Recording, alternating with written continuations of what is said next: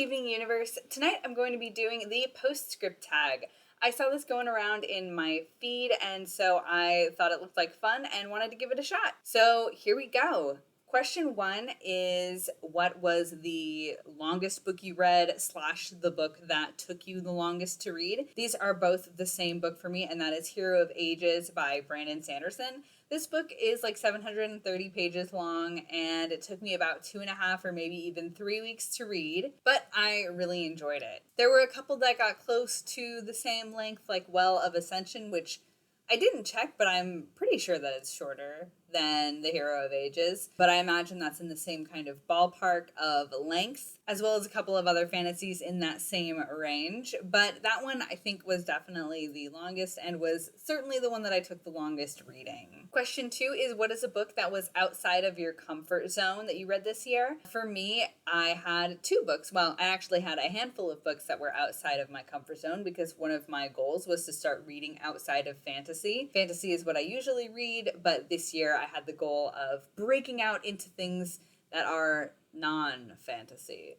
So pretty much any of those I think would count, but I'm going to pick 2, and those were In a Dark, Dark Wood by Ruth Ware, which was an adult thriller, as well as Smoke Gets in Your Eyes by Caitlin Doughty. That one was a memoir. And usually I read YA fantasy, like I would say that's where I'm most comfortable. So these adult non-fantasies were definitely a little bit outside of my comfort zone. While I didn't like In a Dark, Dark Wood all that much, it was okay, and it was interesting to read something that was so different, and I really enjoyed Smoke Gets in Your Eyes. Question 3 is, how many books did you reread? I actually only reread 2 books this year, and those were The Reader by Tracy Chee and Percy Jackson and the Olympians by Rick Riordan.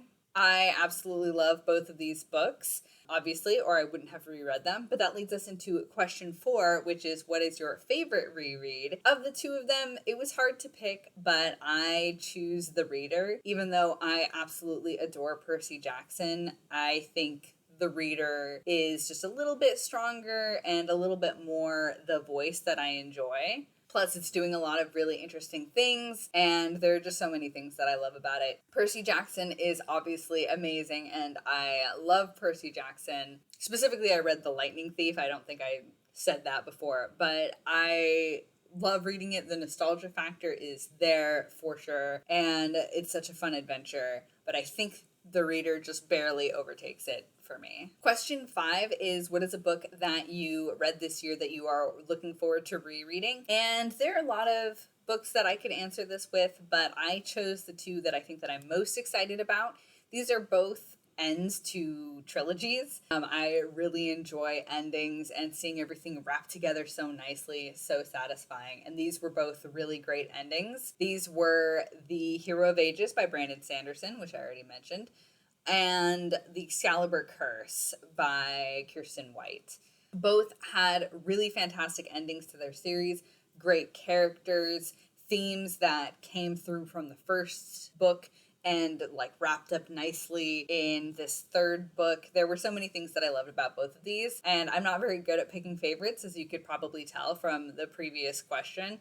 So I am choosing both of these to be ones that I'm excited about rereading. Question 6 is, favorite short story or novella? I didn't read any short stories this year, I don't think. I did read some novellas though, and once again, I'm going to choose 2 books because I don't like to choose just one. And the 2 books that I'm choosing are Come Tumbling Down by Shannon McGuire, which is part of the Wayward Children series, and An Enchantment of Ravens by Margaret Rogerson. Come Tumbling Down is kind of hard to explain what it's about without having prior knowledge of what the Wayward Children series is about.